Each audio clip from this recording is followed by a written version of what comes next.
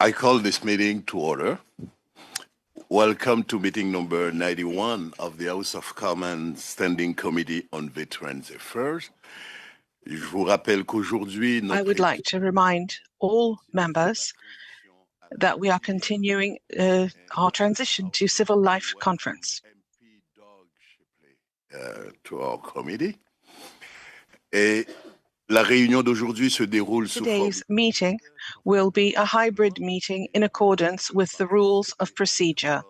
Members can participate in person or using the Zoom application. This is a very important message.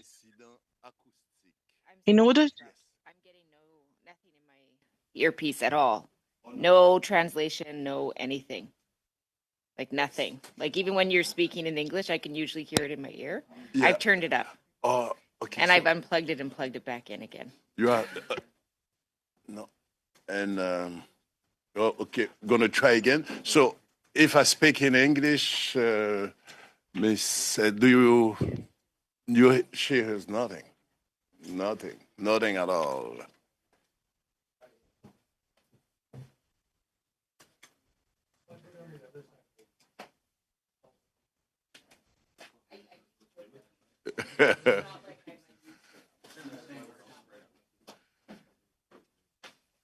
Oui, je parlais, oui, d'accord. I will speak in French right now. Madame Blaney, can you hear me now? It seems that there is absolutely no sound at all. Apparently, we cannot hear a thing, unfortunately. Well, what should we do? Should we take a little break in order to fix this problem? You can hear me? Yeah, but yeah, but Miss Blaney, she has, yeah. I heard it in English and French. Oh yeah, même en français, vous m'entendez bien? Yeah. Okay. Alors. That is the translation. Yeah. The translation. Yeah. OK, donc en français, ça fonctionne bien. So donc, you can hear me in French, but Mrs. Blaney does not have any sound up until now. 1, 2, je teste. So 1, 2, we're testing. 1, 2, testing.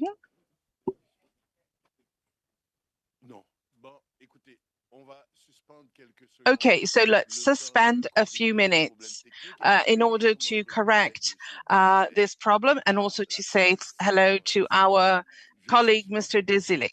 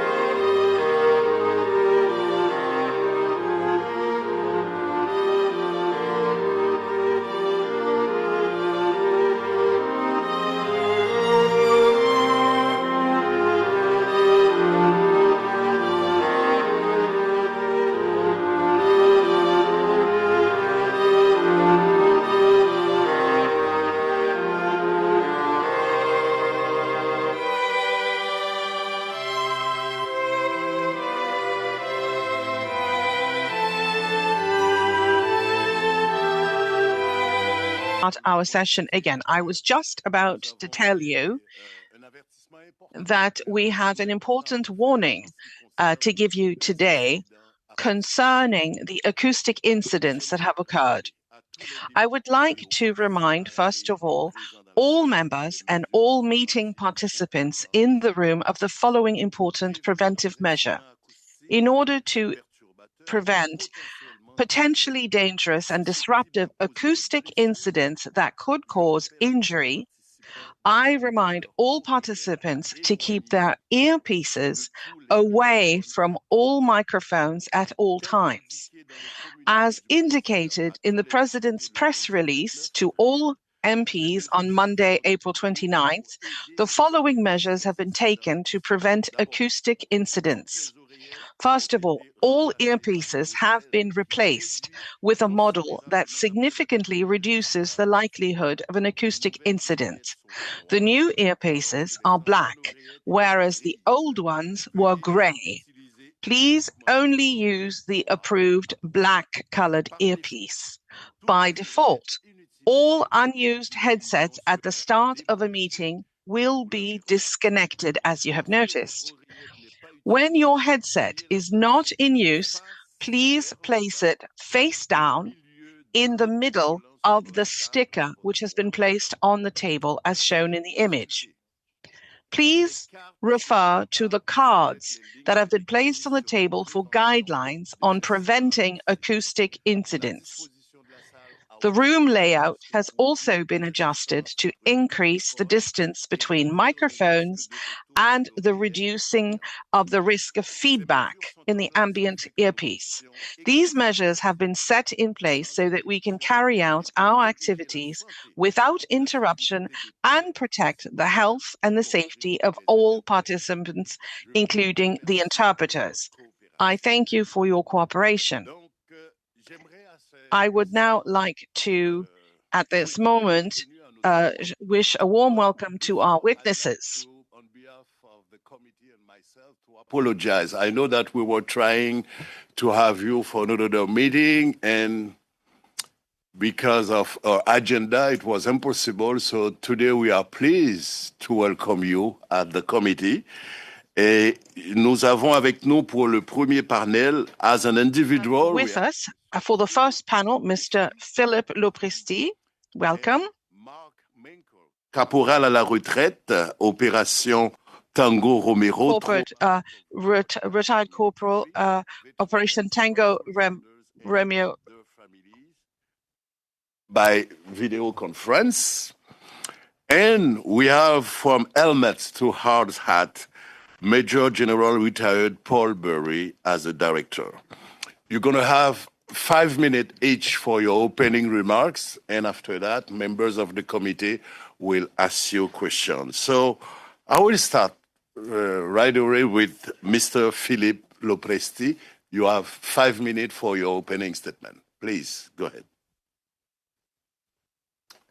Hello, my name is Philippe Lopresti, and I want to express my appreciation for the invitation and opportunity to speak to the entire committee today. Thank you. As some of you may already know, I was involved in the play Contact Unload, which is a performance that brings to life the personal stories of veterans returning home and the difficulties they face when transitioning back to civilian life. While I am currently serving in the Canadian Armed Forces, I am appearing today as an individual in a civilian capacity to speak to my experiences as a postgraduate student at the University of British Columbia and my role in Contact Unload. As such, I would like to advise the committee that I will not be commenting on my work in the Canadian Armed Forces given my junior rank, and I would now like to take this opportunity to further explain the play and its impacts. The personal stories and invaluable data that emerge from the making of Contact Unload are not just my own, but instead represent the shared experiences of countless brave service personnel who have devoted themselves to protecting the interests of their country and the well-being of its citizens. The moving scenes and dialogue of the play not only illustrate the struggles of military service and the difficulties transitioning back to civilian life, but also sets the stage for the surfacing of more nuanced issues that have eluded public awareness for decades.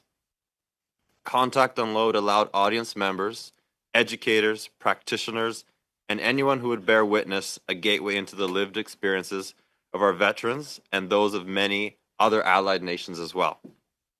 Service personnel are exposed to trauma at significantly greater levels than the general population. By the nature of their work, these individuals are likely to be involved in extreme conditions that impact their physical, psychological, and emotional states. This occurs from responding to a wide array of emergencies, both foreign and domestic. These soldiers will encounter repeated instances of human suffering, death, and danger at levels greater than the general population, which increases their risk of PTSD and other mental health issues due to their duty-related exposures. If not by way of active duty, then simply by the mechanisms necessary to live and operate within the military. The needs of the military place great amounts of pressure on its members to conform and adopt a particular way of thinking and operating. While this mindset may allow its adopters to succeed within the military, it also creates barriers to transitioning back to civilian life when a soldier's military career has ended. Literature in this field suggests that military professionals are a subgroup that to large extent endure frequent negative outcomes that impact key areas of functioning and their quality of life.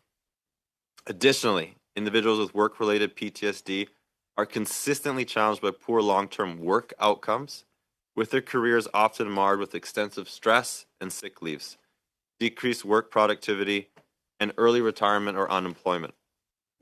In relation to how mental health professionals can best support this demographic, it is important to understand that these personnel, regardless of gender orientation, tend to endorse hyper-masculine gender roles related to military discipline culture.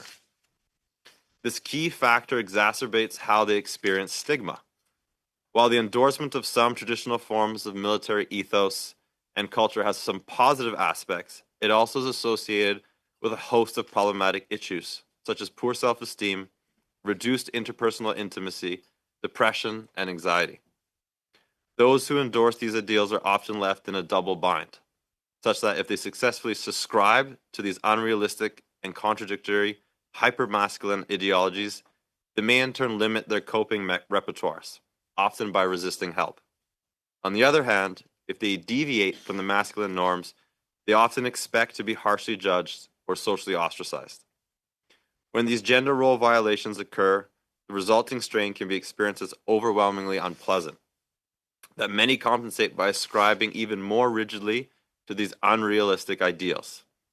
This is problematic, as the growing body of research suggests there's a strong association between the degree to which individuals endorse dominant masculine ideologies and poor health behaviors. Avoidance of therapy is one of these behaviors, which is undertaking that often involves disclosing weakness or problems, which for many is threatening to their identity as a soldier and may promote further emotional isolation. While Contact Unload did not attempt to correct these risk factors directly, its context was extremely effective in highlighting the difficulties veterans face in dropping their military identities and reintegrating into civilian life. I am proud of my involvement in this project as a researcher, actor, and advocate, and I'm happy to have had the opportunity to share a small amount of what I witnessed through my involvement with all of you. Thank you again so much for this opportunity to appear before you, and I'm happy to answer any questions you may have. Thank you, Chair. Thank you very much, Mr. Lopresti. And now I'd like to invite by video conference Mr. Mark Menko for 5 minutes, please. Mr. Menko, please. It's Meinke. Thank you, sir. Thanks very much for having me. This is my second time here. First time was in person. Now, where I want to start is why me? Why me here in front of the committee today? The reason is that I went 23 years without being diagnosed with PTSD. And PTSD is a neurological trauma that happens that's encoded in terror. So it is an actual neurological condition that you can see in a brain scan. It's not because you were weak or because, and it's not avoidable. When it happens, there's nothing you can do about it. Now, 23 years after being undiagnosed, in 2017, I entered the Veterans Affairs system. And I was lucky. The beginning of the Veterans Affairs experience worked well for me. But it was 6 years of clawing and scraping before I was able to, or 5 years before I could actually see the benefits. And those benefits that I eventually was able to access, I didn't know that existed except through talking with others within the veteran community. So the programs are there. Access to those programs is the issue. Because of my position within the veteran community, I host Operation Tango Romeo, the trauma recovery podcast for veterans, first responders, and their families. So because of that central position within the veteran community, I get a lot of stories. I get stories both good, bad, and indifferent about the experience of transition to civilian life, as well as the experiences with Veterans Affairs Canada. Overall, the reputation of Veterans Affairs Canada within the veteran community isn't great. It's seen as predatory, as an insurance agency whose primary role is to deny until they die. That's the most common saying that we have. Now, that being said, I know of good stories. I know of people that was relatively seamless through their experience. Unfortunately, that is in the minority. There are good programs. It's the access to the programs that are difficult. One of the reasons that access is difficult is that post-traumatic stress disorder, one of the symptoms of that is a sense of overwhelm, especially with administrative burdens.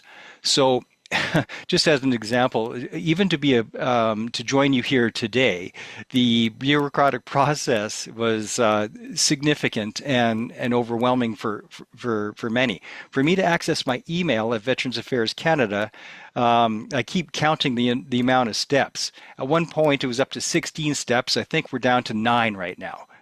But I have to click 9 different things just to read an email. And things like that are simply overwhelming for many. And that's one of the examples of where we can do better. The majority of veterans that I come across that are injured, that should be making claims at VAC, are not. Because they've either heard stories or they tried and they were instantly overwhelmed, which was also my experience the very first time I tried to make a claim. It was just overwhelming, and I popped out of the system. One of the questions that I have for anybody that might know in the committee is what percentage of Veterans Affairs claims are made via service officers? So service officers tend to be volunteers at legions or various veteran organizations that act as an ambassador between the veteran and Veterans Affairs Canada.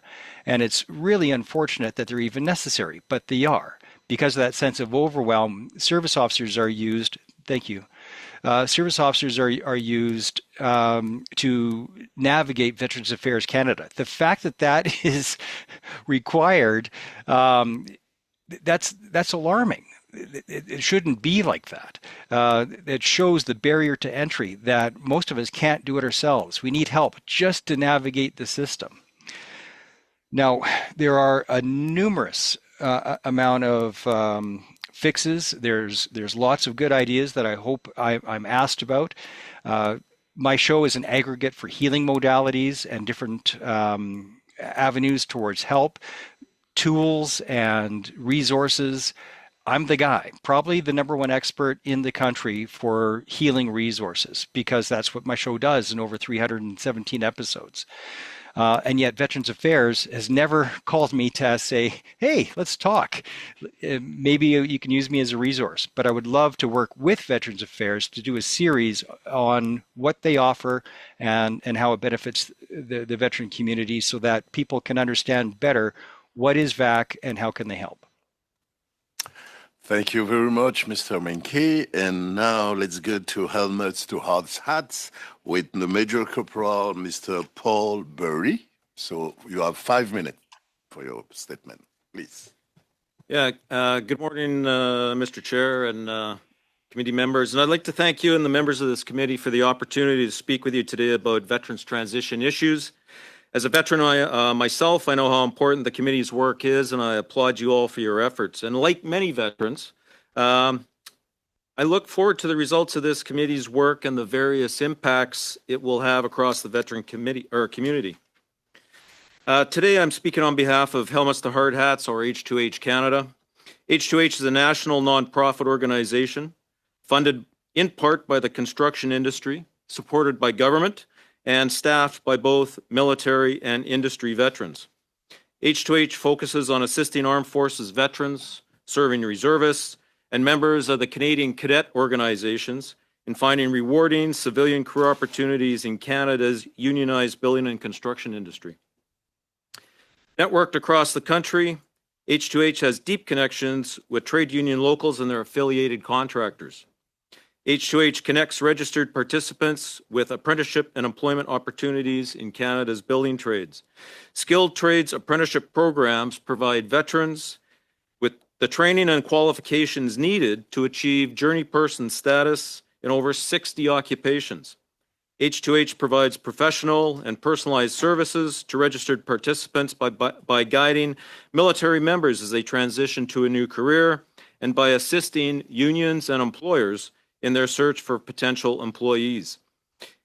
H2H opens doors for union memberships and benefits, including training and employment mobility across Canada. And when I appeared in front of this committee a little over a year ago, I spoke in general terms about the H2H program and the opportunities provided to Canada's veterans and military-connected community. I also discussed how our services are increasingly being sought out by veterans, including women, Indigenous, and other underrepresented veterans. And I'd like to assure this committee that this remains the case, with H2H continuing to see incremental positive demand for our services. In 2023, H2H referred 365 veterans to skilled trades apprenticeships with our building trades union partners all across the country. Helmets to Hard Hats continues to update its services to remain relevant and to ensure that we serve the veteran community in the most efficient and cost-effective manner. Now, through a grant from the Government of Ontario, we've been able to remove barriers to occupational success for veterans in Ontario by providing free safety training courses such as working in confined spaces, working at heights, and elevated work platforms. We're also able to provide free apprenticeship starter kits to our clients, which include items such as hard hats, hearing and eye protection, safety boots, and high visibility clothing. All free of charge, saving the veteran approximately $500 each and ensuring they are able to participate in the construction sector regardless of their personal financial situation. Ideally, we'll be able to roll out these initiatives across the rest of the country over the next few years. These initiatives, coupled with the zero cost to veterans for our services, removes barriers to occupational success. We continue to hear testimonials from many participating veterans about the positive impact that the H2H program has had on their individual and family circumstances. Leaving the armed forces for a civilian career can be daunting for many. Many H2H registered veterans contact us prior to leaving the armed forces, and H2H works with them and the union locals to ensure they have career options and ideally a confirmed apprenticeship start date as they transition. Working with community-based, veteran-focused organizations such as H2H allows veterans and their families to make that transition to civilian life with significantly less stress regarding potential civilian employment. Mr. Chair, H2H believes that community-based organizations such as ours can play a large part in complementing government veteran programs as we collectively help veterans transition to civilian life. Working with Canada's building trades unions, H2H will continue to provide timely and relevant services to Canada's veterans and military-connected individuals seeking a career in the construction and related industries. Mr. Chair, that concludes my remarks, and I look forward to the committee's questions. Thank you. Thank you very much, Mr. Berry, and I also want to thank all three of you, for your opening statement and for your service also. And we have Major General, we have a corporal, and as an individual. And now we're going to start the first round of questions of 6 minutes each. And by the time I will calculate how long is going to be the second round, but let's start with 6 minutes of question. You can split your time, and I'll start with Mr. Richards for 6 minutes. Please, go ahead. Thank you, and thank you to each of you for your contributions today and for your service to our country. Can I start with you, Mr. Menke? You talked briefly about your experience and having to I think the words you used were scratch and claw for 5 years to get the benefits that you needed to deal with what what you're dealing with. You mentioned your podcast. You speak to veterans quite frequently on your podcast, and I'm certainly otherwise. Can you tell me that experience you had of having to scratch and claw for 5 years? Is that something that's fairly typical? It is. First of all, we're running blind. So even when I was facilitating a peer support group, I was the guy in front of the class with half a dozen regulars. Even with that group, we still didn't really know what the heck was going on, what was available, what we could access.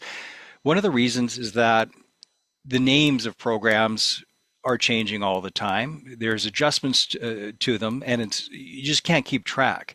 So the only way to have any clue, I liken it unto, it's like a bunch of grade sixers teaching each other sex education. Like they really don't know what they're talking about. And that's what it's like trying to navigate VAC. Constantly changing, and just as soon as you have a relationship with or not a service officer, a caseworker, they quit or get fired, and then you have a new caseworker.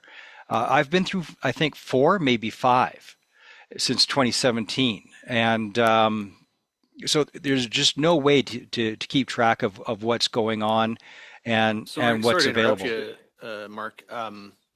But that's that's something that we've heard many times. Like the inability to kind of have a caseworker that you can work with and kind of follow through. But one of the other things that we've often heard about is the challenge that, especially when someone first leaves the armed forces, is being able to have access to a doctor. And one of the challenges we often hear in that is that a lot of doctors seem to be quite reluctant to take on veterans as patients, given all the paperwork they have to deal with for Veterans Affairs. Is that something you've heard about from the veterans you speak with? It's true. And I've heard that and I've experienced it. Right now, I can't find a family doctor. Looking for one, if anybody knows of one around Stettler. And without that family doctor, the way the system works, you need a note from the doctor or a referral from an MD to access anything. So if I want to go see a chiropractor or anything at all for service-related injuries, you got to have a doctor that signs off on it. And good luck getting a doctor that'll sign off on a chiropractor, or float therapy or anything. It's an almost impossible barrier. Yeah, and that's sometimes these things that seem quite simple, for whatever reason, aren't that simple, and they need to be made more simple. So, can I just ask you a little bit as well? Something I've often heard, and I'm sure you have as well, that saying that Veterans Affairs Canada grew old with its veterans. So in other words, talking about veterans who fought in World War I, World War II, and how I think generally what we hear is that those veterans felt like they were pretty well served by Veterans Affairs, and it kind of grew older with them in order to meet their needs as they were growing older. But one thing that we hear now, obviously the average veteran now is quite a bit younger, especially after Afghanistan. And that the needs of those younger veterans and the very different needs that there are when someone is trying to move on with the rest of their life, raise a family, deal with all these things, find meaningful employment, etc. This is something that that VAC has been not so good at. And I wonder if you can tell us a little bit about what you're hearing from some of the younger veterans that you speak with, particularly the Afghan veterans. Is that an accurate picture of what you're hearing as well? Well, I think so.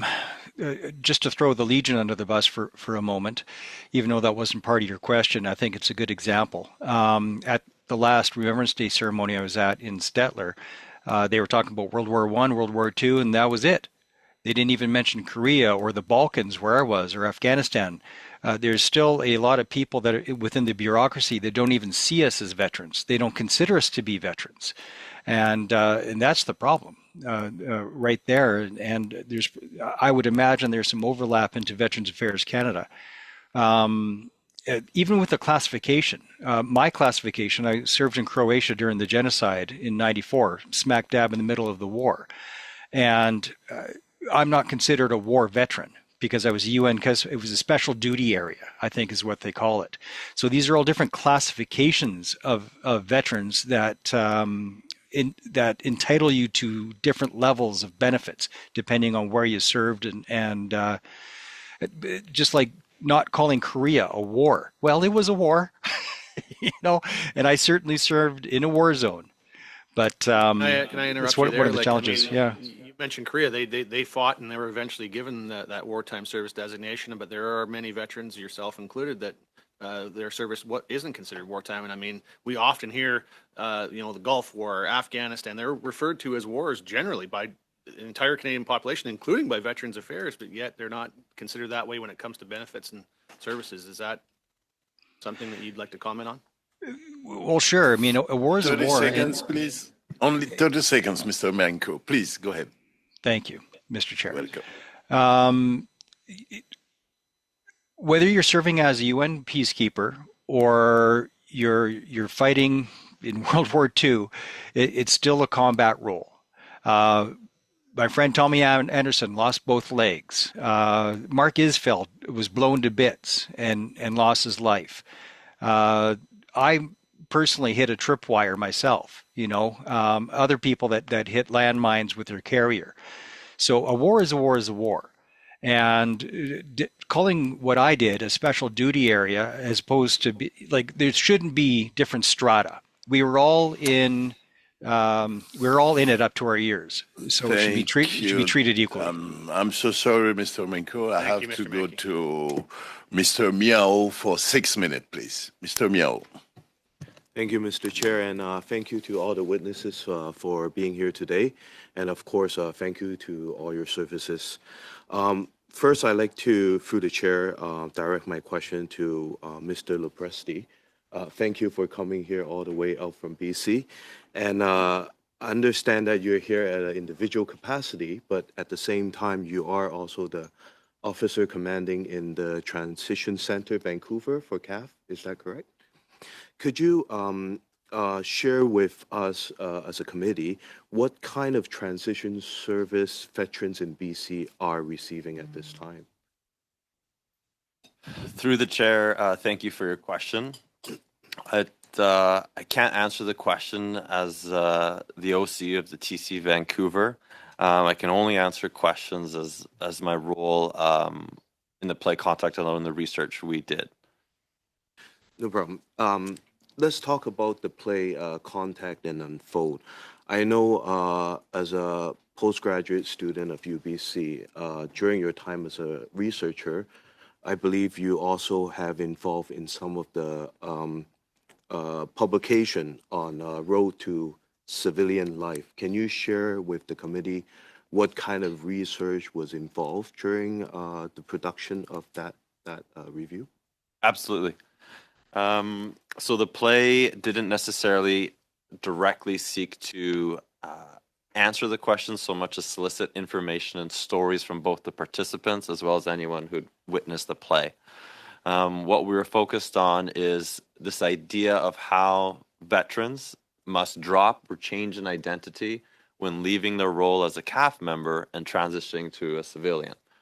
Sometimes we like to call it more casually dropping the baggage. There's a particular program that all of the participants in the play went through is called the Veteran Transition Program, or VTP, funded through the VTN, the Veteran Transition Network.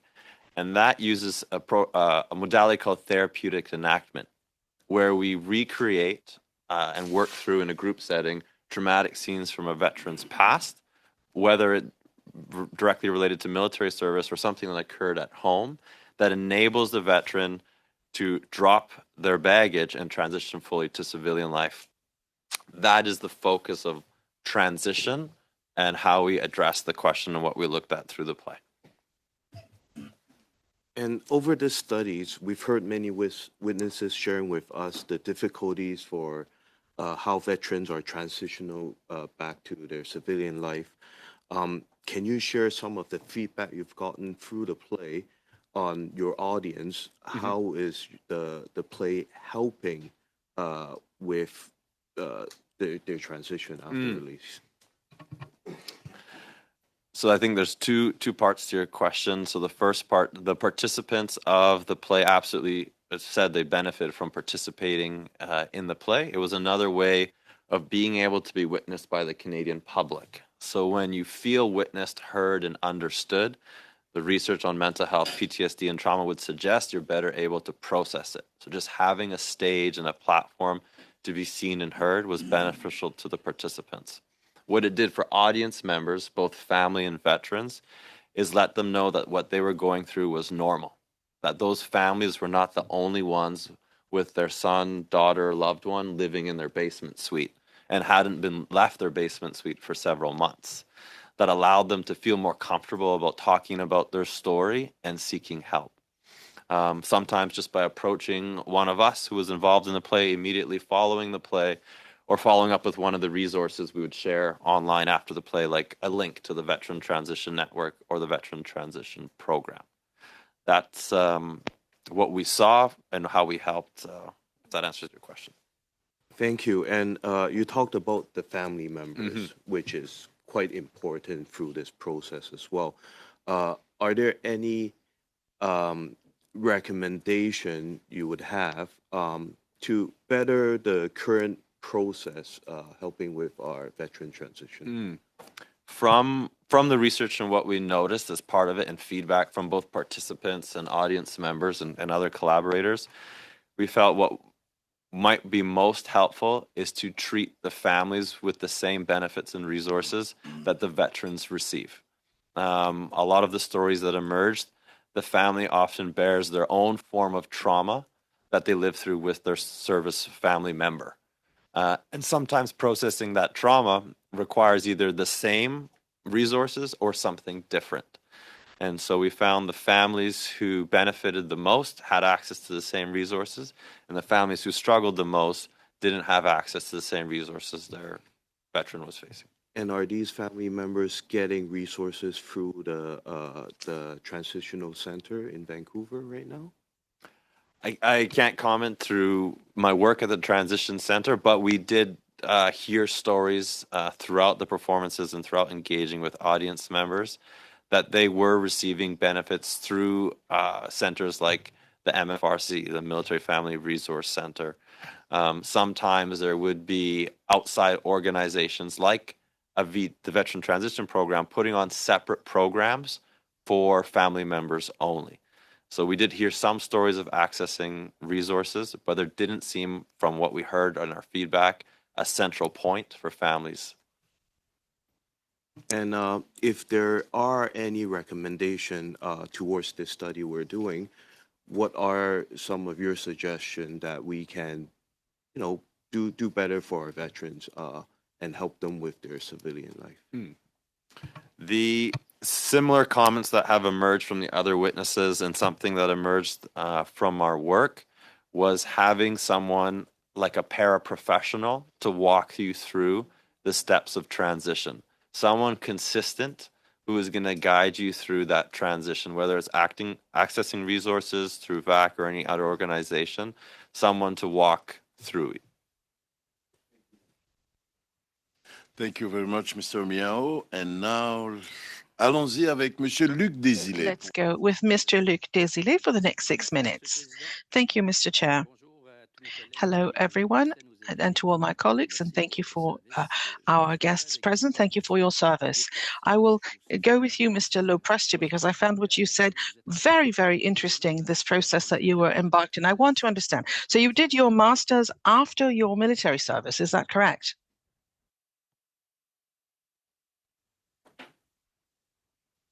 Through the chair, thank you for your question. I actually did it at the same time.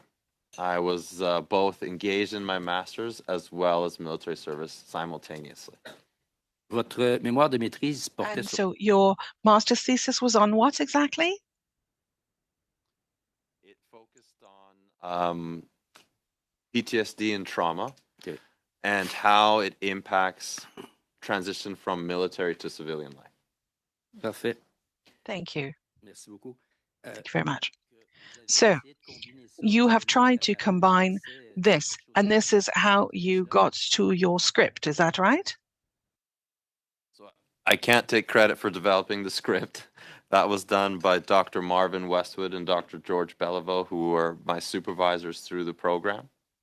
And they together collaborated. So counseling psychology and arts-based theater or research theater collaborated together to come up with the script. And another key writer was Dr. Graham Lee as well.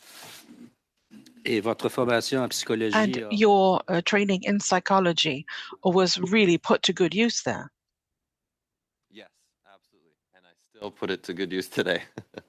Okay. Est-ce que la pièce de théâtre fonctionne encore? Was this play still going on? Is it still being represented in different theaters? It's not currently going on. It started in 2015 and ended in 2018 with various different versions being created. It has been performed almost 20 times and approaching 2,000 physical audience members. Okay. Je trouve ça très intéressant. I find this really fascinating, particularly because I went to see a show for two times now called The Monarchs. I don't know if you've ever heard of it. It's a play that gives a voice to veterans. And I'm trying to make a parallel here because this one is actually still being shown in French and in English in Canada. And I found it absolutely extraordinary. And what also really surprised me, and that's why I'm asking this question, is that there was a full house, much to my surprise, because in Quebec, veterans is perhaps not the first thing that people are preoccupied with, but it was a full house each time. And there were many, many non-veterans, non-military personnel. Was that also the case in your play, the one that you participated in? That's correct. So in the audience, there were both veterans and non-veteran witnesses who came and enjoyed the theater piece. We performed to a lot of educators, both in the UK and in Australia, and even here in Ottawa. One unique thing about the play, and I'm not sure about the play you're mentioning, is that the performers themselves were also veterans. And so it's difficult to continue to spill out your guts and share your most traumatic moments in your life 20 times plus rehearsals. So it wasn't necessarily something that could go on forever with the same participants.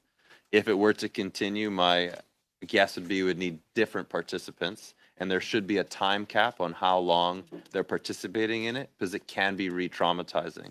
There is a point where it becomes too much. Ça peut paraître niaiseux, mais ma This question... might seem like a silly question, but your initial goal in the play was what exactly? That's a very good question, actually, and it's hard to answer because I didn't create it. But if it's my personal goal, what was my initial goal in the play was actually to better understand our veteran community myself. As a very junior member in the military at the time, I wanted to deepen my understanding and know what I was signing up for. It's this idea of informed consent. Do you know what you're signing when you sign that dotted line? Do you know the type of career you're engaging in? And are you confident, and do you have the tools to survive it and provide meaningful contributions for the lifetime of a career? Et votre conclusion, ce serait quoi? And what would your conclusion be now? It was absolutely the right choice. And commenting on the witness, I strongly believe having more GPs in the military is important, or medical officers. And my next career move, hopefully, is to be an MO in the CAF. So I'm not going anywhere anytime soon, which is why I can't answer questions as the OC, or else I'll lose my job. OK. J'aurais, peut-être on peut poursuivre et finir. Well, maybe we could continue and we'll finish here. But after having participated in the writing and in the playing and having lived on the terrain, what is the job of the military person? What do you think is missing in the play? Quel message vous avez eu la Or difficulté? rather, what was the message that you think was harder to get through with this play? I think the harder message that was hard to get through with this play is something called invisible wounds or moral injuries. There are some injuries that CAF members experience that no one can see on the surface. It's horrible to hear stories of people who've lost a leg or lost a life, but there are many other types of injuries that are invisible and no one can see. And a new type, moral injuries, where people go against what they believe is morally right in the line of duty. Merci beaucoup. Thank you so much. Thank you very much, Mr. Desilets. For 6 minutes, please, Ms. Blaney. Thank you so much, Chair. And through you, I would like to thank all of our witnesses today and, of course, thank them so very much for their testimony. I'm going to start with Mr. Leprenstier as well. I'm really fascinated by a lot of your testimony today, and I think was very pleased with some of the language, like watching and observing the play as a way of actually having informed consent about serving. I think that is something really profound. And the therapeutic reenactment. I know in a lot of my studies that really can make a difference for people. So thank you for using some of that language. I think that's really important. So in the work that I have been able to do with multiple veterans in my role, one of the things that I have seen again and again, I'm not interested in blaming or shaming. I'm not going to blame either level or any past government. I think it's something that's wrong in our society, but what I don't see in the VAC workers is really strong trauma-informed training, so that when they're addressing the issues, they don't always have the correct way of managing these really big things.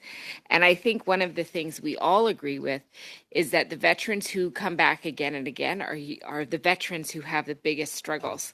So making sure that they're supported in a way that is trauma-informed is really important. And we've heard, again, testimony today from one of our witnesses, thank you, Mr.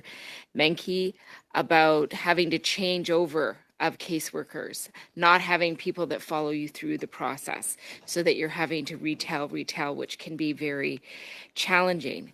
So, and we know that they're also at VAC hiring people on short-term contracts, which means the turnover is really high. And this is a particular group of people where we don't think we want to see this. So based on the play that you did and the research that you have done, can you talk to us a little bit about your thoughts around how important it is to have the service providers on the other side, regardless of role? I think that's also really important, is if you don't have everyone trained in how to provide trauma-informed care, things fall apart eventually. So I'm just wondering if you could talk about that, and if you saw anything or did anything in your studies that particularly talk about how important that is, and of course how important that is during the transition period. Through the chair, thank you for your question, ma'am, and thank you so much for putting it in the context of the research. It helps me answer the question. So one thing that was interesting about going through the performance as many times as we did is that even with someone as experienced as Dr. Marvin Westwood, who has been working with veterans for a long time, we were still constantly learning. Just like some of the other witnesses mentioned, there's different generations of veterans and different needs, and even their learning abilities, how we're taught in school to learn, interpret, share 50 years ago is different than 10 years ago today. And so what we noticed when audience members would come up and we'd have conversations with other practitioners in the field is that they were constantly having to adapt and change to the group. And so it's difficult, really challenging to have a one course, per se, where all people working with veterans would take this course and that would certify you trauma informed, because it's changing how trauma is perceived and how people manage it and work with it. So what I think I personally witnessed in the play was the importance of immersing yourself in the community. You can't do it every day or all day, but at different parts, immersing yourself in the community, having a sense of what's happening today with the population you're serving, and then informing your practice based on what trends you're seeing today. And you might have to do that at regular intervals to have the best approach and be trauma informed for today versus yesterday. No, that makes sense. And I know in my office, all of my team almost have been trained by veterans around trauma-informed care, people that are very educated, and it's really made our lives a lot better, because hearing those stories is also really hard. So trying to find that balance point, I think, is important. And self-care is so important if you're trying to care for others. So I'm also really curious, you talked about hypermasculinity across gender expression. So I'd like to hear a little bit more about what that means to you. And we just are in the process of finishing up, hopefully soon, a study on women veterans. And we heard again and again that they felt extremely invisible and that their reality wasn't reflected. And in fact, the general public seems to think that if they even have medals on with civilian attire, that their medals belong to somebody else that is a man in some way connected to them.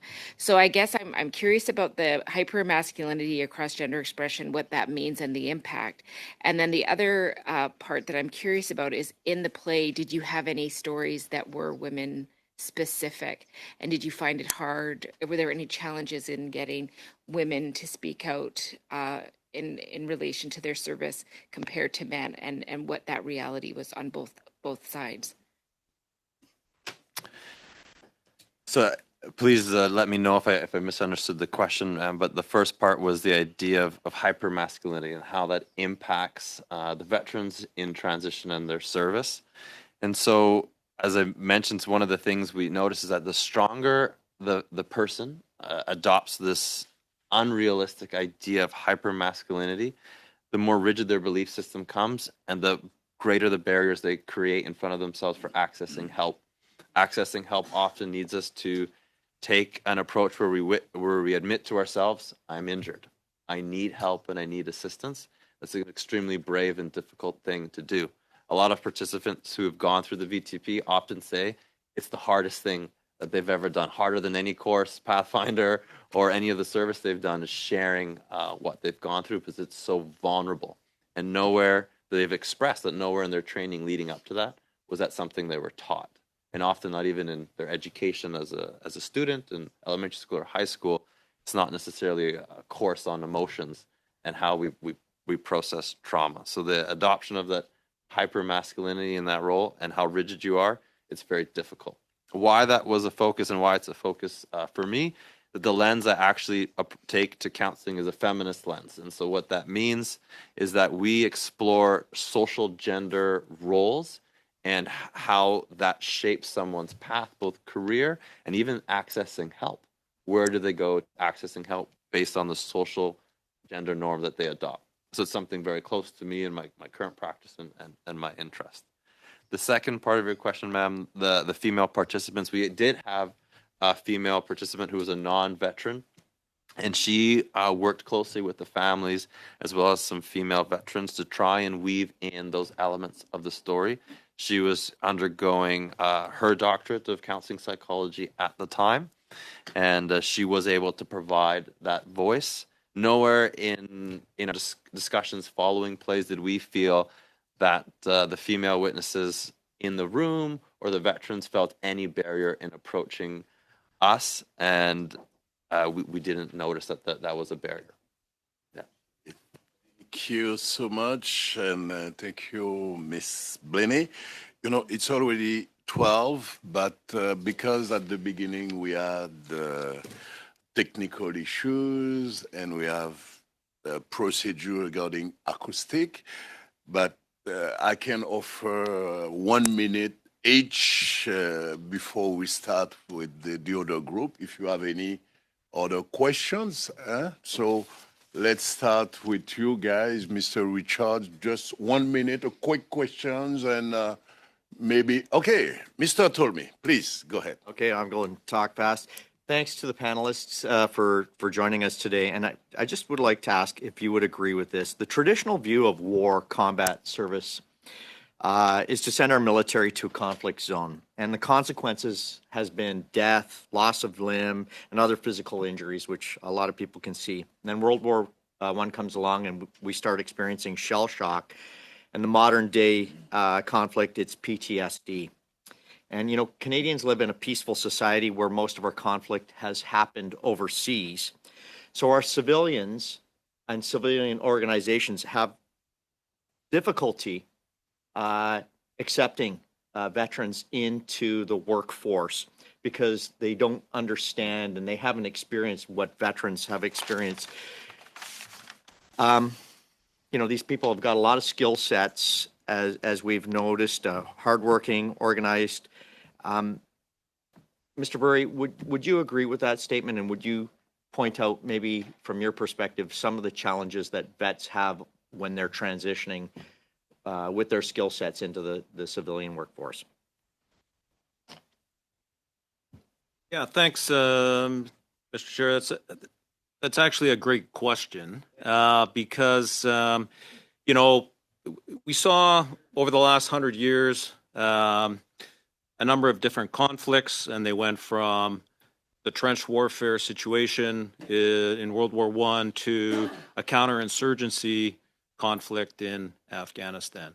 Not a lot of Canadians will put their hand up and volunteer for service.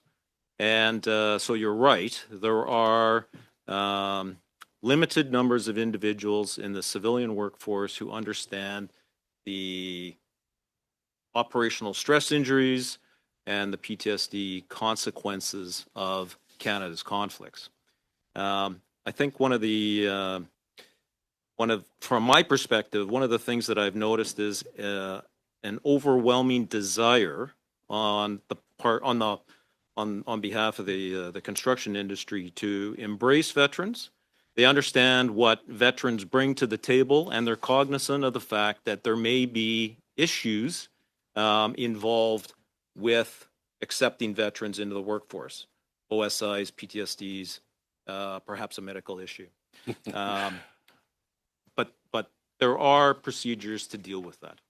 Okay, thank you so much, Mr. Burry. So let's go right away to Mr. Surratt. Just one question, 1 minute, please. Thank you. I actually have two. With the other first one's not a question. Just asking Mr.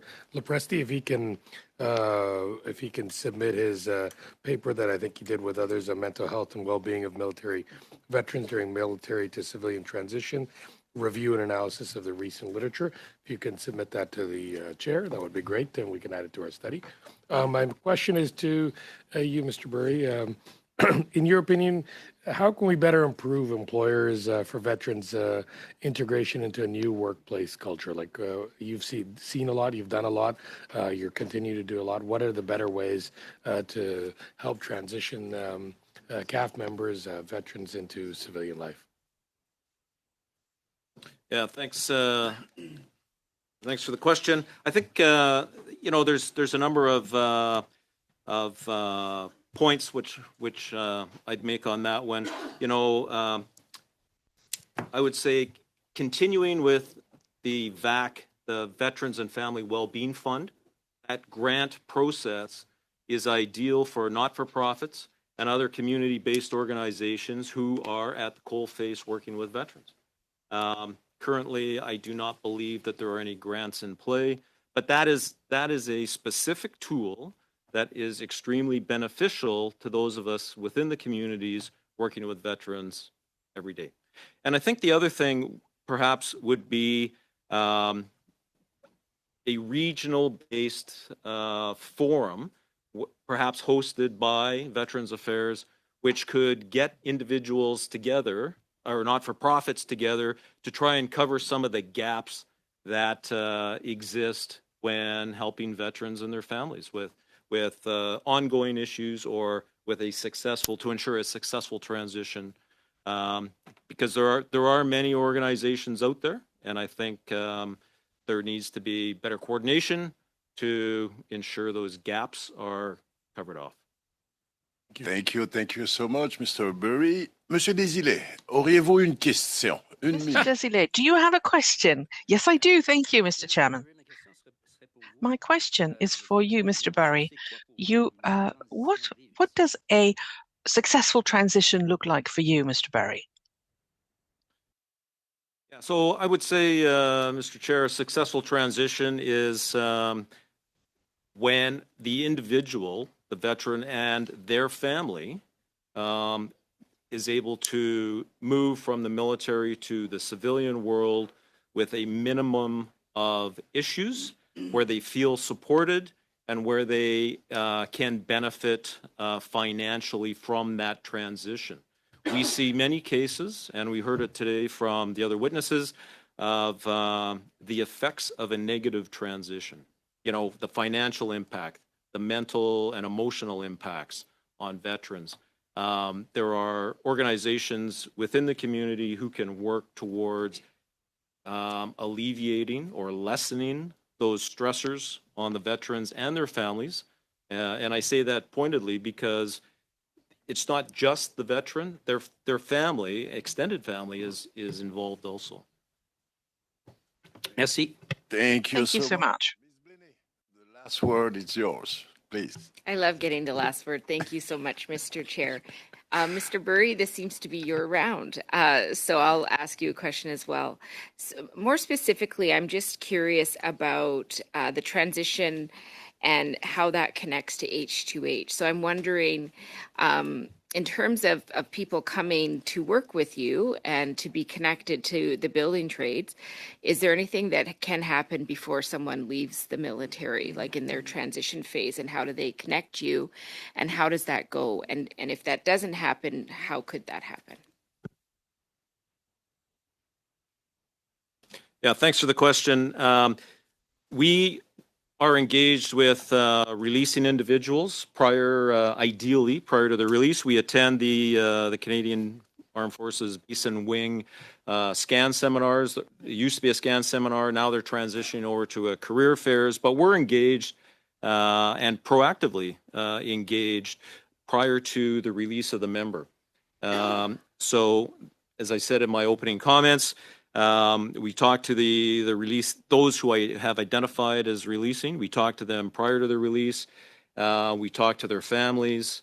We offer spousal employment opportunities also, so that ideally when the individual makes that transition, they already have an apprenticeship lined up or a support occupation lined up within the construction industry. And that helps to alleviate any stressors pertaining specifically to civilian careers. A lot of individuals, if they join the Army or the Canadian Armed Forces, you know, at 18, they will not have had any other civilian career until they release at 32, 34 years old. And that is, you know, if you're married with 2 young kids, that is a significant stressor. So we get in prior to the release, ideally, and deal with the individual to help guide them through that process. The system works well now, and we're always looking for efficiencies and how to make it better as we go. But right now, the system does work. Thank you, Mr. Burry. Et je voudrais, au nom des membres du comité, On behalf of all of the members of the committee and myself, I would like to thank all of our witnesses today for having participated to this committee. And Mr. Philippe Lopresti was with us. And beside him, Mr. Paul Burry, who is Major General and retired, and Director of his regiment, and Mr. Mark Menke, who was online and who was with the Operation Tango Romeo Trauma Recovery podcast. So once again, thank you to all of our participants, and we are going to now greet the witnesses for the second panel. So we will just suspend.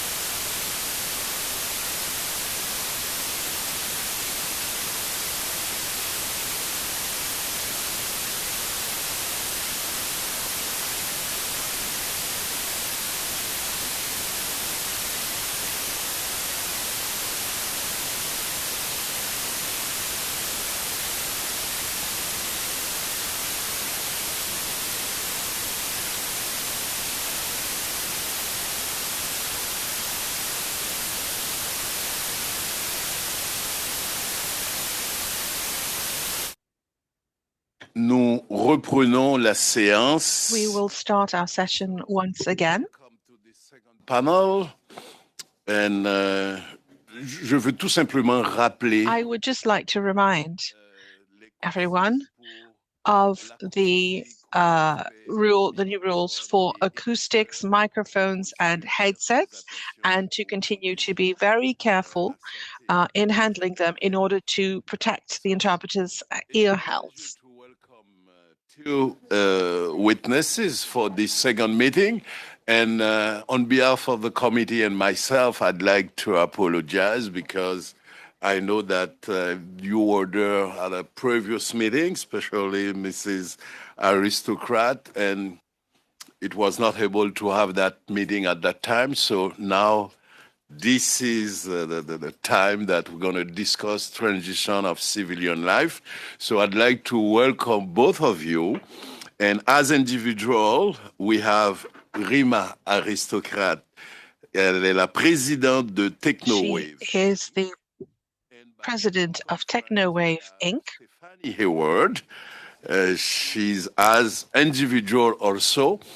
And you're going to have 5 minutes each for your opening statement. And members of the committee will be pleased to ask you more questions to go deeper into this for the study. So let me start with Mrs. Rima Aristocrat for 5 minutes. Please go ahead. Thank you, Chair.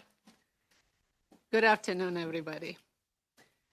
I would like to thank each and every one of you for allowing me to share my observation and experiences. I held the position of the president and CEO over 35 years before retiring from Willis College. It's a private career college located in Ottawa. As I'm now retired, I'm busier than I have ever been with the grandchildren, great-grandchildren. I was honored to be appointed as an honorary colonel for the Canadian Armed Forces Network Operations Center, FNOC, of the Canadian Armed Forces. Sitting on advisory boards, restarting my 8th global in engaging women in cybersecurity, and in my pride and joy, TechnoWave Inc. I'm a founder and president of TechnoWave Inc., Canada's first national IT nonprofit organization that will celebrate 25 years next year. In my tenure as the president of Willis College, I created Veteran-Friendly Transition Program, VFTP. And a question was asked today about a transition, and I was so pleased that I can answer some of it. This was brought into fruition by seeing many Canadian veterans studying at the college and seeing the hardships many had experienced and still were experiencing, making a transition from our armed forces to civilian life. I brought together former students who served in Canadian Armed Forces, experts in the field of career development, employment, mental health, education, and training. The Veteran-Friendly Transition Program was a transition program for veterans that provided flexible and supporting veteran-friendly career and learning environment that helped enable veterans to find gainful and meaningful employment following the services to Canada. Developed by and for veterans, the program included 3 components: a career and employment support program, personal support program, and a training support program. The VFTP helped to ensure the veterans had the skills and abilities to effectively transition from a military to civilian life. A veteran support coordinator themselves, the former members of the Canadian Armed Forces were hired on full-time to assist and guide the students from the moment they entered the college to successfully graduating, and in some cases, long after they graduated. Our guiding principles were: be a veteran-centric. The veterans in the center of all decisions. Be compassionate. Veterans are treated with compassion and respect. Provide support. Veterans are provided with the necessary support, services to succeed while in a program, and form partnerships. The VFTP team formed many wonderful partnerships to help veterans succeed. While developing the VFTP, I began to realize the importance of the military family unit. Unsung heroes behind those that serve and have served in the Canadian Armed Forces. The family left behind while their loved ones were on a deployment, not knowing if they will return safely. With that knowledge, I formed a Soldier's Hero Scholarship. This gave the military spouse each year the opportunity to take programs of their choosing as well as college completely free. The selection committee was made up of the 2 members of the Military Family Resource Center, mayor with a large base located on the outskirts of this town, an executive director of the organization that provide equine therapy of the Canadian Armed Forces, members and serving members of the Canadian Armed Forces. I would also like to point out importance of supporting our military families, for they are backbones of our veteran success. I would like to share some of the observation from my years of the working with veterans. When our program began, biggest issue I saw was veterans was employment. But in recent years, it has changed to the homelessness, addiction, cost of living, mental health. Essentially, the work of the upskilling veterans and helping them in the transition is being set back to the current cost of living crisis. I must also mention that I still keep hearing the supports are there for the veterans. However, not all veterans are in a position to access those supports. As an immigrant, I'm fortunate and proud of our country. But being here for the past 50 years, I have also been witnessing hardships, especially our veterans are enduring, such as cost of living crisis, inflation eating into the veterans' affairs, the government delaying the construction of the national monument to the mission in Afghanistan, housing crisis, homelessness, too many to mention. Many veterans that attended college served in Afghanistan. And recently, last Remembrance Day, I recall them discussing the next day about how the monument was still not completed. Some were upset as they served their country and wanted their fallen comrades to be remembered. I never served in the Canadian Armed Forces. However, I see how proud those members are serving their country. We owe them so much for their service, and we cannot forget the sacrifice they made. Excuse me, Mrs. Aristocrat, it's really over 5 minutes, but I can give you 15 or seconds to conclude, please. Can you conclude? Thank you. I read the article in the DND is a lack of the training, and it's so important that we provide opportunities for the military services, because for them offensive and defensive is something they're familiar with. They come with secret clearance, and most importantly, they still want to serve their country. So with that, I will not continue anymore. I will honor your timeline, Chair. I thank you again for inviting me here, and I'm ready for any questions I can respond to. Thank you so much. Thank you for your opening statement. And now let's turn to Mrs. Stephanie Hayward for around 5 minutes, please. Hello. It's a common theme that women veterans experience through transition of civil life, being left with little support or concern about their gender conditions related to service, or to be frankly forgotten or pushed aside. Asking for help shouldn't have to lay down all your pride to be so low in life that suicide is the only option to remove the pain and to finally receive help from CAF or Veterans Affairs. I understand that CAF and Veterans Affairs and most people don't consider me a veteran because of my short service. I like to highlight I'm an employment casualty as some veteran employees have stated.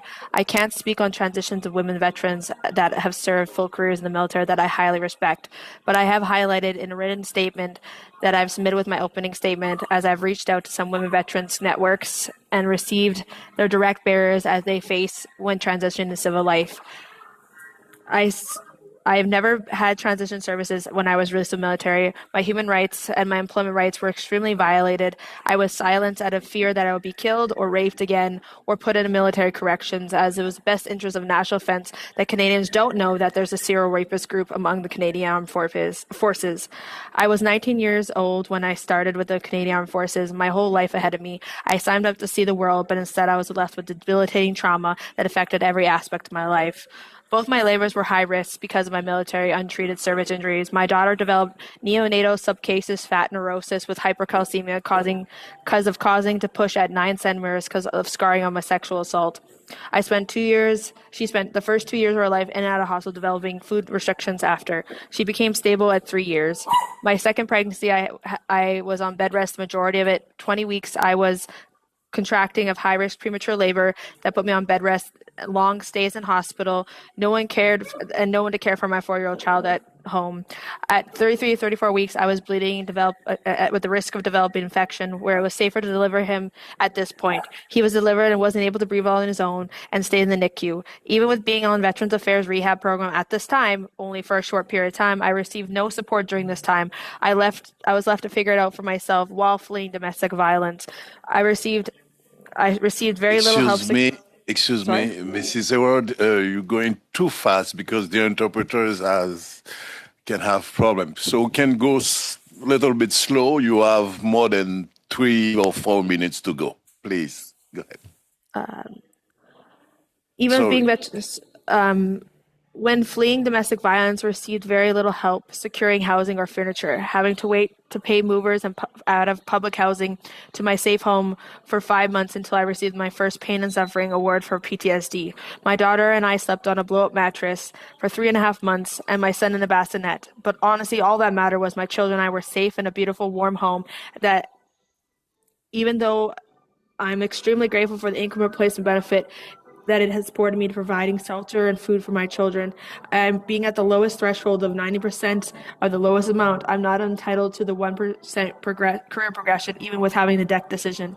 Unable to have gainful employment makes me fear for my future for stability to provide for my children. In 2022, I was approved for the CAF LTD from the date of my release. Veterans Affairs doesn't honor the same rate as pay as SIPUP. Basic corporal, as in 2011, veterans who were medically released were struggling financially and taking their own lives, so the lowest pay was changed to $4,500 in 2011. Being the lowest paid 90% threshold, Veterans Affairs uses the threshold of $4,500 with no increased pay from lost career progression and DEC. Having the same rate as 2009, I am struggling to provide for my children at a high cost and needs of a single mother. Inflation also is at its all-time high. I can't afford to pay a full-time child care support for my son, as I need child care to attend my medical appointments for my military injuries. I have been denied 15 years till the beginning of this last April, 2024. And the truth is, updating women's health benefits is an amazing achievement, but not supporting childcare to attend the medical appointments is just another huge invisible barriers that women treatments face. But Veterans Affairs would pay for someone to take me to my appointment, but won't cover upfront childcare services expenses that are safer for the mother and child. I have to choose to pay my mortgage or childcare. I understand majority of women veterans are past their childbearing years or have, because of their military injuries, have fertility issues and a higher risk of labor complications, stillborn, or completely unable to have children. But in 2025, there is going to be a massive release of medically injured Canadian Armed Forces women of childbearing years. And if Veterans Affairs doesn't make women's health a priority now for the current and future women veterans, we're going to have an epidemic that children and women are going to suffer. I have gone 15 years without pelvic floor treatments, having to take my young son to the assessments earlier this month for physical therapy. I physically got ill because amount of triggers during the assessment. I had no choice, but if I don't start treatments as soon as possible, I will have a high risk of having to get a hysterectomy. My son watched me vomit outside my vehicle and cry uncontrollably and he shouldn't have to. Hearing from experience,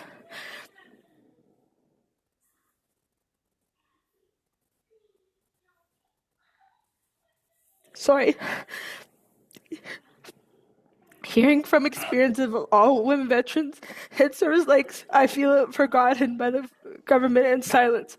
To be frank, I feel it's a numbers game that longer veterans go without receiving essential medical care. It's a highly impacts the quality of life that results in a shorter life expectancy for Canadian government, but for the Canadian government that saves in the long haul for the bottom dollar.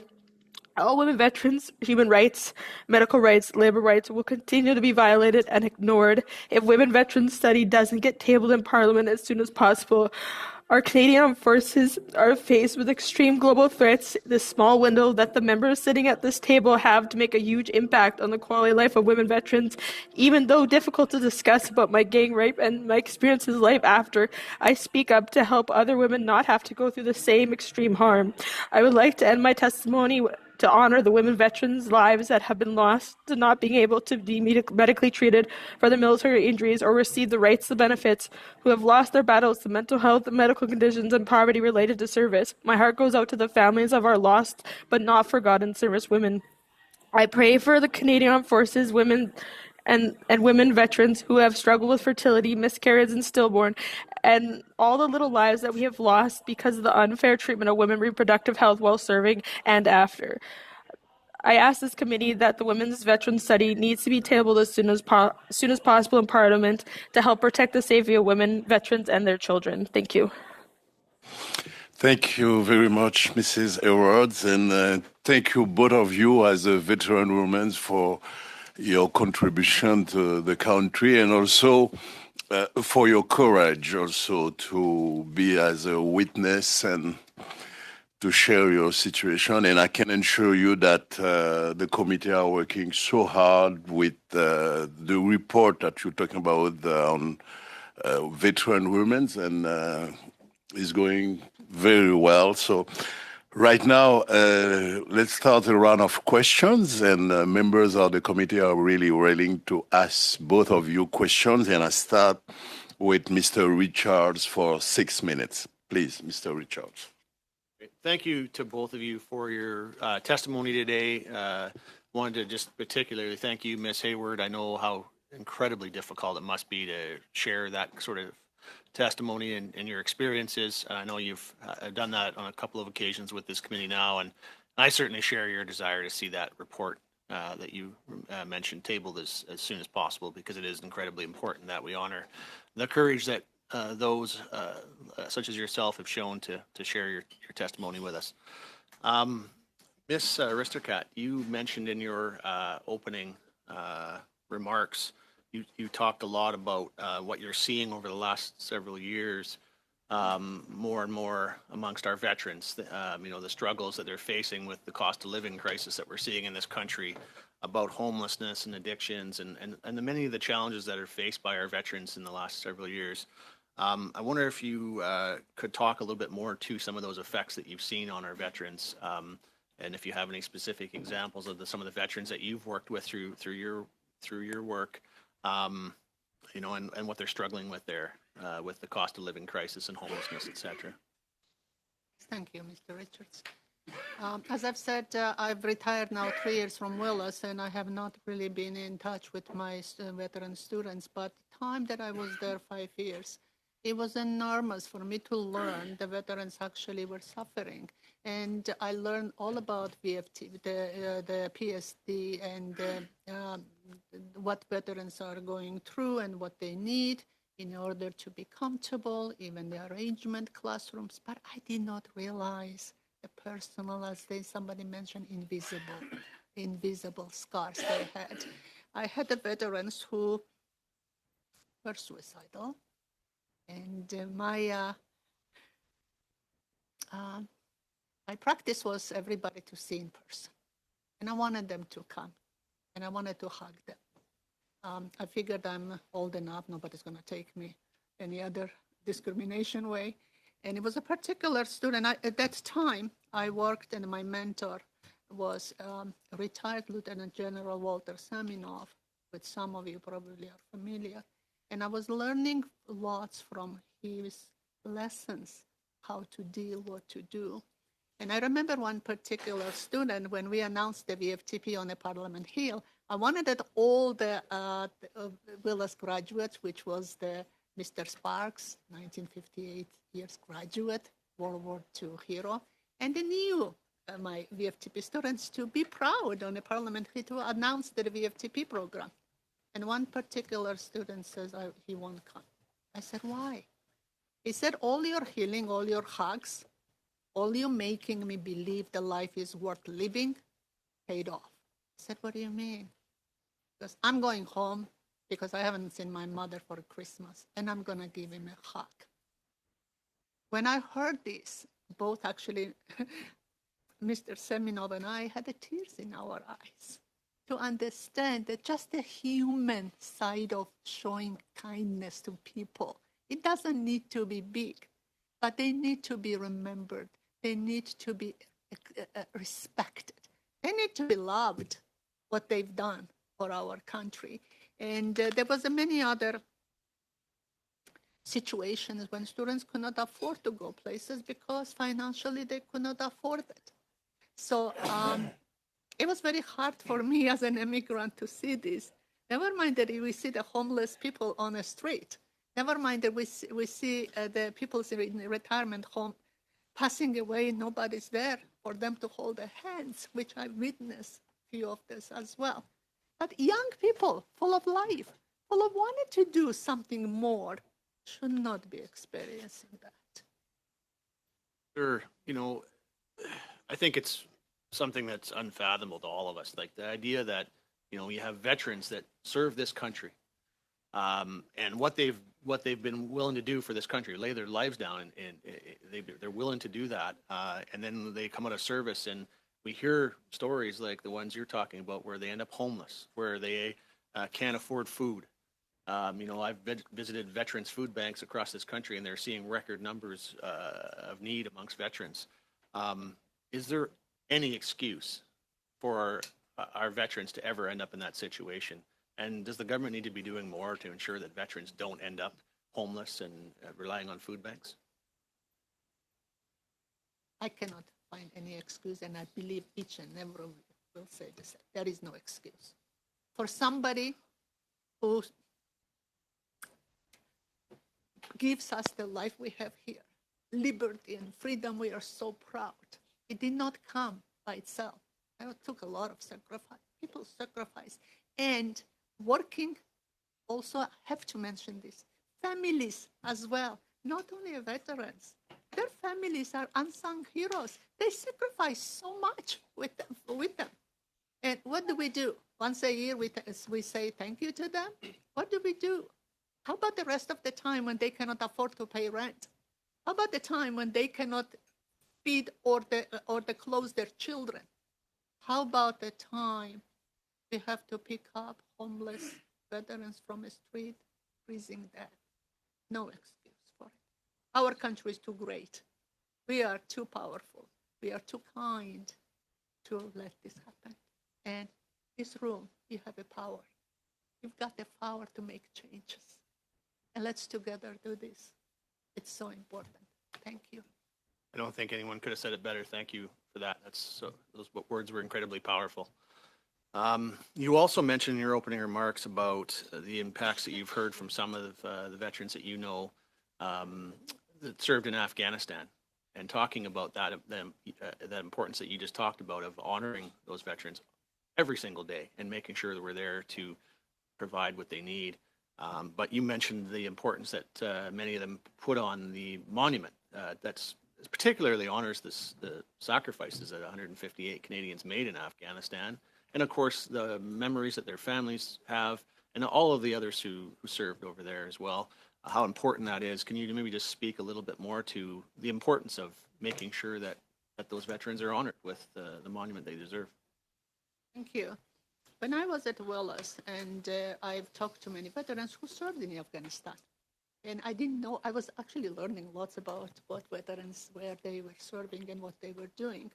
And I can only share what I hear, because I'm not a veteran, I'm not into this area, but if I hear something as a mother, as a woman, it touches your heart.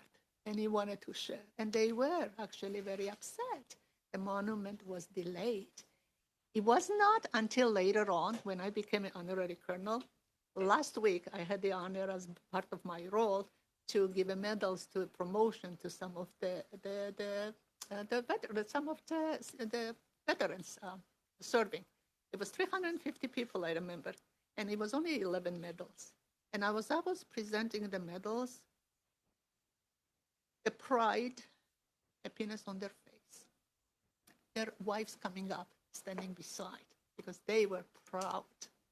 And I said, you know what? Even the little things like this, it just gives them a hope. And it just makes them to realize why they did what they did. Why are they sacrificing their lives? Because they are remembered. They are recognized. They are honored. And that's why I think it's so important, because they want to see their comrades that fell and passed. They're honored. I don't blame them. Thank you so much. If I can, Chair, I just want to thank you for your testimony, but also for the work that you do for our serving members and our veterans, because it's appreciated. Thank you. And now I'd like to invite Mrs. Hefner for 6 minutes or more. Or so. Please. Go ahead. Thank you, Chair. I want to turn back to Ms. Hayward online, and thank you for your testimony and the emotion and the story that you bring behind it. It's clear how much this has affected you. I'm sort of new to this committee, so I haven't been here the other times that I guess you've testified, but it's really impactful to hear from you. I want to assure you that I have learned a lot from this study that we're completing on women's veterans, and I don't foresee any delay on that report. I think it's really important that everyone see what's in that report as soon as possible. But when it comes to military sexual trauma, I know that you don't feel that you had enough support when you were trying to leave the military. What in particular can we offer to veterans who leave the military with sexual trauma? I think the most important is not to be looked at as like a liability. I wasn't treated like I was a human. I was treated like I was a liability because the number games weren't in my favor. It was a group of men that were powerful, that could do what they wanted and got away with it and knew the systems and the policies. But if I had a third party that was away from national defense, like a social worker or somebody sitting with me and wasn't completely escaled to like the other side of the unit in a like medical place where I was contained, like I wouldn't have been so like it was just such a scary traumatic experience where I didn't even trust the medical providers providing care to me. So at the same time, like I didn't have the rights to even a rape kit. I had no rights to anything, like because to me, like I was so new that I was a selected out victim, like I was somebody that was selected out. But because they could get away with it, they can release me with no benefits. They can release me. They can like who would want to stay after, like when you first start in an employment and that happens. And I was told during the process that if I just kept quiet, I would have a comfortable career within the Canadian Armed Forces and I would get through training. But at that point, I was just scared that it's going to happen to me again, or I'm going to die this time, or I'm going to end up in prison, like because.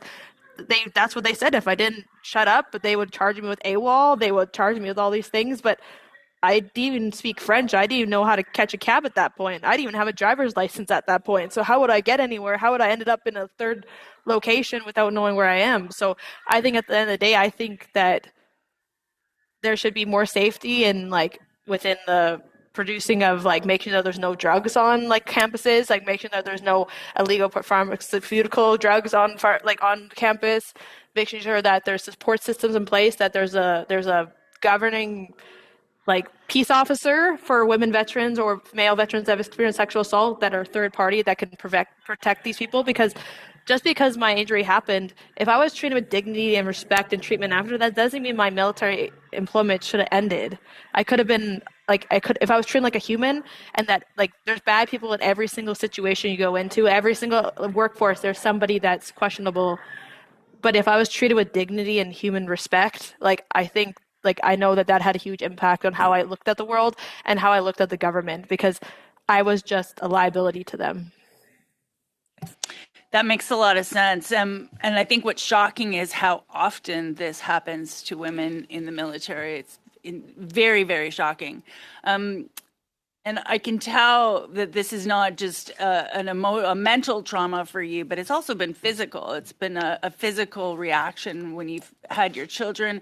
I can see in your testimony how much it's still affecting you and your children and your relationship with your children. And so when you do get out of the military with this trauma, I know that I think you spoke about getting financial support because it's not possible for you to work right now. What other kinds of supports after you leave the military do you think should be in place for women in your situation? But the problem with my situation was that because it happened in the military, I wasn't able to access any victim services in the civil life. So I couldn't access anything. Like, I was basically told that go to the military, go ask for help. And then I did. There was multiple times over the span of 11 years that I asked for help. I begged for help. I was homeless in a pregnancy shelter, and they were asking for help from Veterans Affairs. And they said, nope, she's not eligible for any benefits, and wouldn't even let me apply. So, like, I think maybe having somebody not look, like, actually talk to somebody and, like, sit down with them if they're a victim of sexual assault within the Canadian Armed Forces, and, like, make sure that they're entitled to even have the right to appeal or the right to make it a simple application to somebody that's not a third party. But I just know for 11 years I was barred from even applying for benefits. So I imagine how many women's lives we have lost that didn't make it through.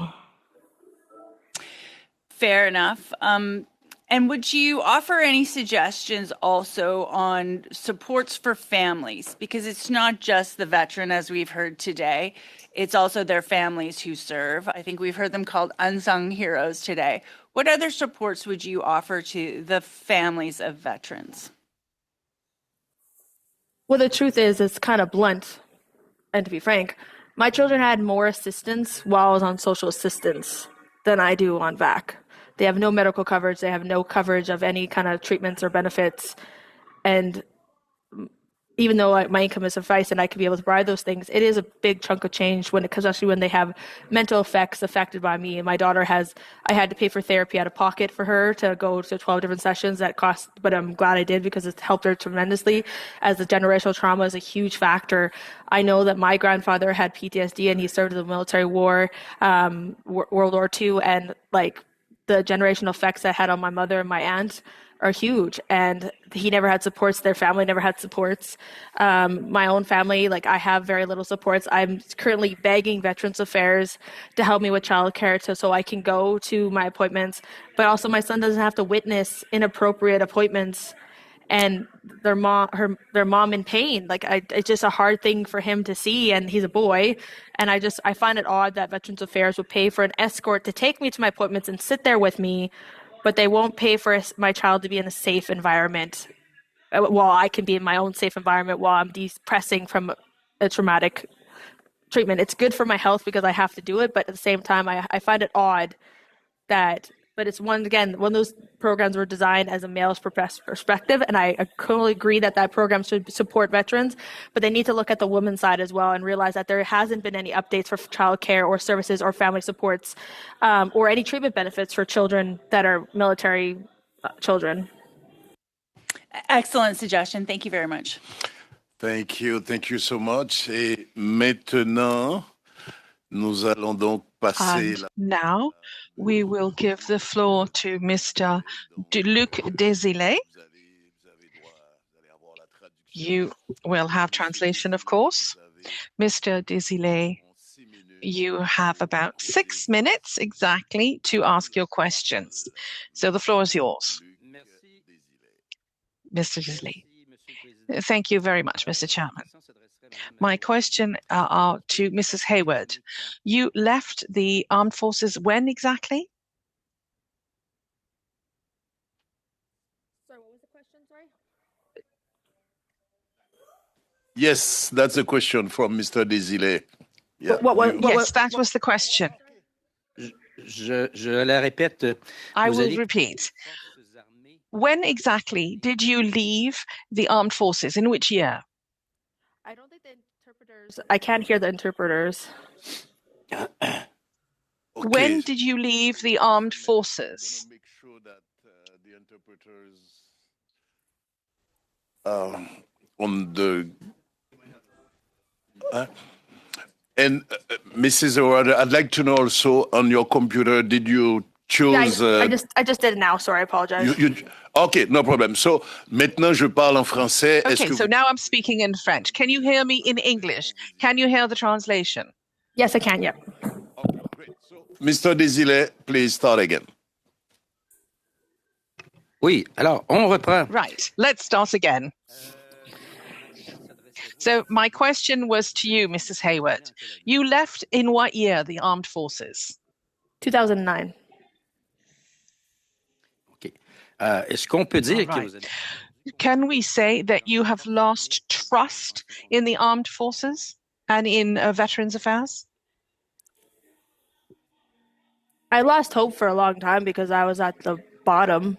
Like I was in poverty I was forced to live in conditions that were not suitable, and I lived in fear and still do for most of my life. But at the same time, I do see the changes that are happening among the National Defense and VAC.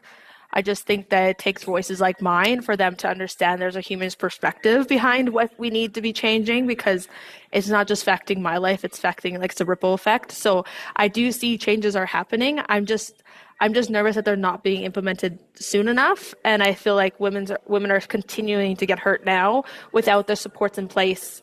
But at the same time, there's men getting hurt as well. But I feel like the sexual misconduct, it has, from my knowledge, there's at least eyes on it. There's at least people asking the questions and asking for protocol policies and trying to help. But at the same time, the problem is I come from a family of serving members, and like, it breaks my heart that I haven't been able to serve my country as what I intended to. But I do believe that my testimony today is helping me gain that back and help other veterans as well. I do believe that I have hope, and I guess that's all I can hope for. So. Donc, on peut dire que vous êtes en train de... So we could say that you are starting to get confidence in the system again. Is that true? Yes, especially with the women's study that's on the table and you guys are going to be presenting in front of Parliament. I do believe that if it's been followed through, that like our stories aren't going to be for nothing, that it's going to protect the veterans that are standing behind us, or the current serving members that are standing behind us as well. Ben là-dessus, on vous remercie beaucoup. And thank you very much for the trust that you are putting in us again. And like you, we hope that our report will bear fruit. We will have 54 recommendations, and we've had 3 meetings with women's veterans. Can you tell me, why did you leave the forces without any advantages, any benefits, any money? Because I wouldn't change what they wanted me to say. They wanted me to say that it was a hazing and that I would heal in a third thing, but they wanted me to tell me that it was a misunderstanding and it wasn't a criminal act. And at that point, I look back at my life and I realized I should have just shut up. My life would have been a whole lot easier if I just shut up. But then I don't know if I would still be alive today, because it probably would have happened again. Once you invite abuse into your life, it just continues to happen. So even though I was strong, well-minded 19-year-old woman, like I was just freshly an adult, I left out of fear that I was going to die. So at the same time, the criminals that do these acts, they know that if something back then happened off base and that it's early in your career, that the chances of you following up within the Canadian Armed Forces is very slim. So they target these young women that are entering basic training because they know that they're not going to have any ability to prosecute them or get benefits. So there's no reason for us to stick around. So we're an easy target. And honestly, this is very frank, and I hope that doesn't get me any hard feelings from anybody.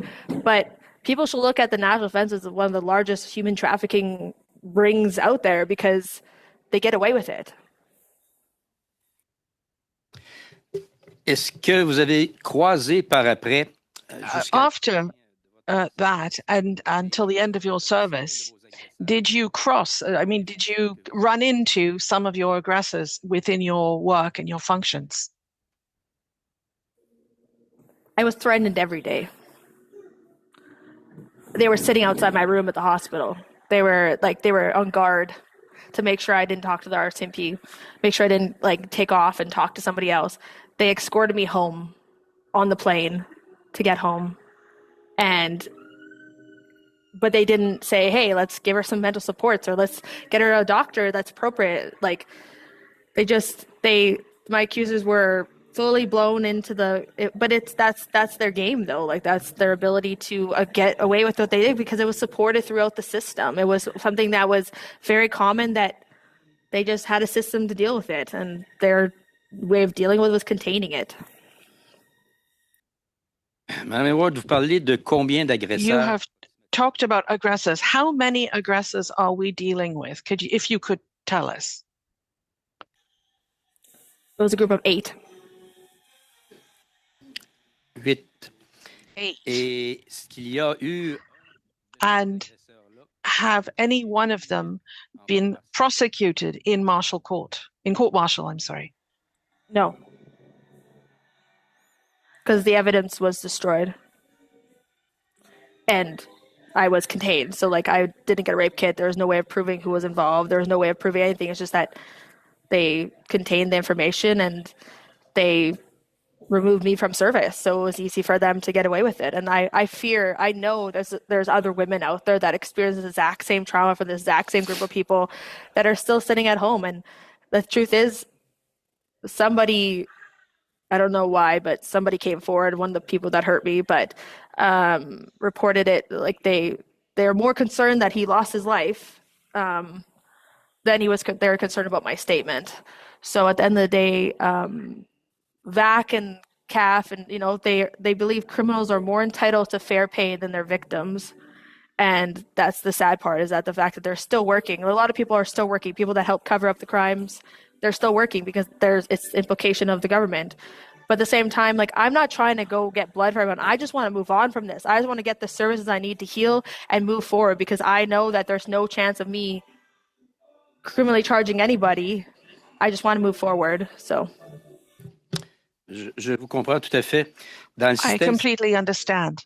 In the civil system, somebody who is the victim of rape can prosecute the aggressor even years after. Would that be something that you would consider to be possible? Would you consider, even 15 years after, would you consider going to civil court? It would be like a goose chase because I would have to figure out these people's names, their ranks. I would have to figure out, I don't even know. It would endanger my own life because, to be honest, the high ranks individuals that were involved, it would put my life at risk. And I think just talking about it now, I fear because I just know that I'm not the only one that has been charged. I know that there was I heard from the Sexual Resource Center that there was people charged within the military system that were related to similar rapes as mine. So they can't be prosecuted twice. So I believe that some of the people were caught. It's just they will never tell me directly. So. Madame Hayward, merci beaucoup. Mrs. Hayward, thank you very much for your testimony. I can guarantee you that we feel a great deal of empathy to the situation that you have gone through and that you have denounced. And thank you for coming forward. Thank you, Mr. Desilets. And we will therefore end this period with Mrs. Blaney. Go ahead. Well, thank you so much, Chair, and I want to thank both of our folks here who testified, and of course, thank Stephanie for her service. My questions are coming to you, Stephanie. Hi, it's good to see you. Thank you for doing this while you're still looking after your kids. I've seen one of them run in and spend some time with you, so I just want to appreciate your time and appreciate you making that space for us today in your home. So my first question to you is around the women's study, we heard again and again that women felt invisible. And as I was listening to your testimony and to your response to questions, what I felt that I was hearing was that your transition out of the military was not what you wanted, but the circumstances made it happen. And I feel like it was almost there was an intention to keep you invisible during that transition. So I guess what would be useful for us to know in this committee is what would a helpful transition have looked like for you with the circumstances that you were faced with? I feel if they flew me to a different hospital, a completely different treatment center, someone that's a third party non-bias, because I know for a fact that I wouldn't be treated the same way as I was. And at least I would have a case. Like if I would have rape kit, I don't think any woman or any person signs up to have like multiple DNAs in her body at the same time. And at the same time they would have the criminals, they would have the people that did it. But that's the point, is that they didn't want the evidence to have to argue it, and I had no leg to stand on. So I believe if I was treated medically for my rape, like even if it didn't come with compensation benefits, even if it didn't, I would have the right to put these people behind bars. I would have the right to dignity and respect, and I wouldn't have medical negligence as a PTSD trigger for me. Like I wouldn't have fear of doctors. I wouldn't throw up outside my car while trying to get a pelvic exam done because of, I wouldn't have those things because of the infliction and the harshness of the military medical system did. Like it wasn't that they treated me enough to keep me alive, but they didn't treat me with dignity. Thank you so much for sharing that. I just have to say, thank you for being so incredibly brave. And I'm really sorry, because I understand that there'll be consequences to this level of honesty within yourself. So I just hope that you have a lot of love supporting you through this time.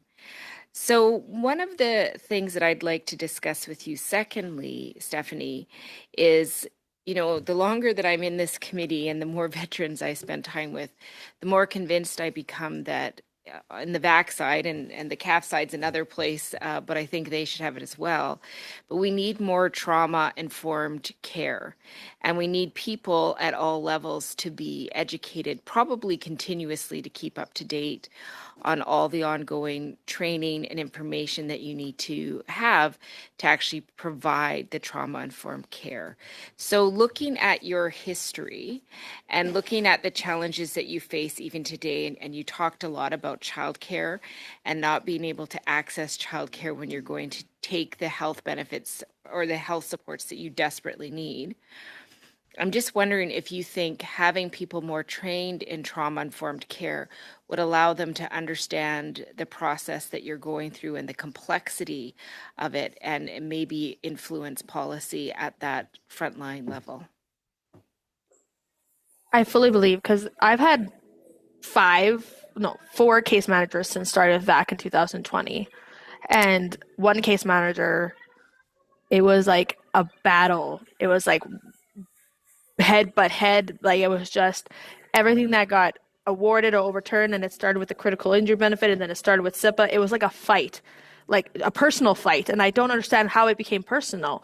But there was no trauma force. Like this woman sent somebody to my house to tell me that I'm choosing to be a victim over a survivor, and I'm holding my 1-year-old son. Like I couldn't understand how a woman could look me in the eye and say that.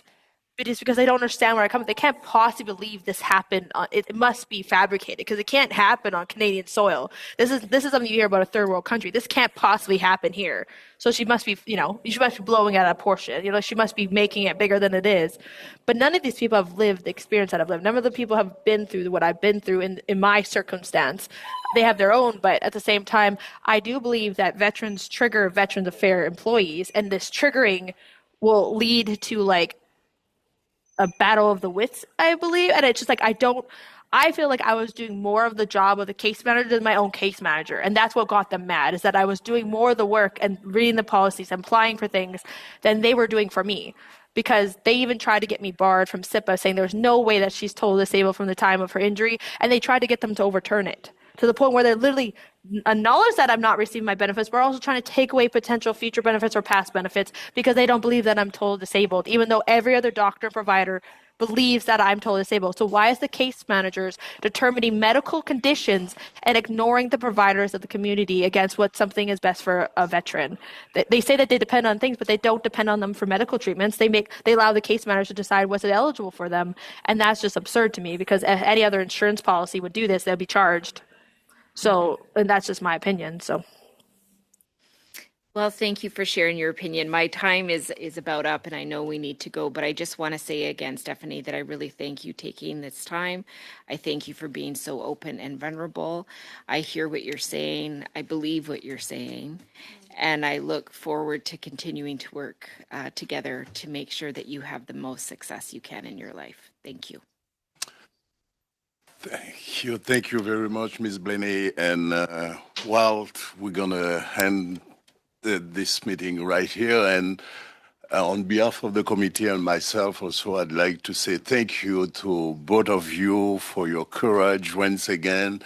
And Mrs. Hayward, I hope that you're not alone. So if so, please take time to be a little bit relaxed. I know that your kid is with you, so take a big breath, drink water, and, because it was so tough to, to hear also those kind of things. And I can assure you that the report that we are saying on veterans, women's we are working so hard on that and hope it will be ready pretty soon. So I'd like to thank you once again. And we had with us Mrs. Rima Aristocrat. She's the president of TechnoWave Inc. And by video conference, Mrs. Stephanie Hayward. So thank you once again. And I'd like to ask members of the committee, can we, how do you say that, adjourn the meeting? Okay, thank you. So committee is adjourned. Thank you. Thank you, Ms. Hayward.